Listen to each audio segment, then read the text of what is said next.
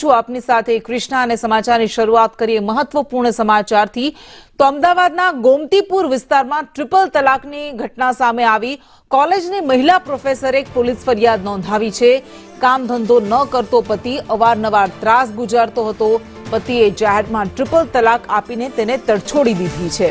ગોમતીપુર પોલીસે આ મામલે ગુનો નોંધી વધુ કાર્યવાહી હાથ ધરી છે। તો અમદાવાદના ગોમતીપુર વિસ્તારની આ ઘટના વધુ વિગત સાથે સંવાદદાતા જિગ્નેશ પટેલ આપણી સાથે જોડાઈ ગયા છે।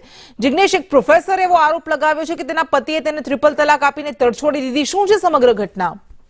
કૃષ્ણા, વાત કરીએ તો બનાવ અમદાવાદના ગોમતીપુર વિસ્તારનો છે કે જ્યાં મહિલા પ્રોફેસરે ફરિયાદ નોંધાવી છે તેના પતિ વિરુદ્ધ કે તેના પતિ દ્વારા તેને ટ્રિપલ તલાક આપી અને તેને તડછોડી મૂકવામાં આવી છે। જે મામલે ગોમતીપુર પોલીસ મથકે ગુનો નોંધાયો છે। સાથે જ કોઈ કામકાજ ન કરતો હોવાથી પતિ અને પત્ની વચ્ચે અવારનવાર તકરાર થતી હતી। સાથે જ પતિ ત્રાસ ગુજારતો હોવાની પણ રજૂઆત તે મહિલાએ કરી છે અને જે મામલે ગોમતીપુર પોલીસે ગુનો દાખલ કરી વધુ કાર્યવાહી હાથ ધરી છે। જી, આભાર આપનો તમામ વિગત માટે।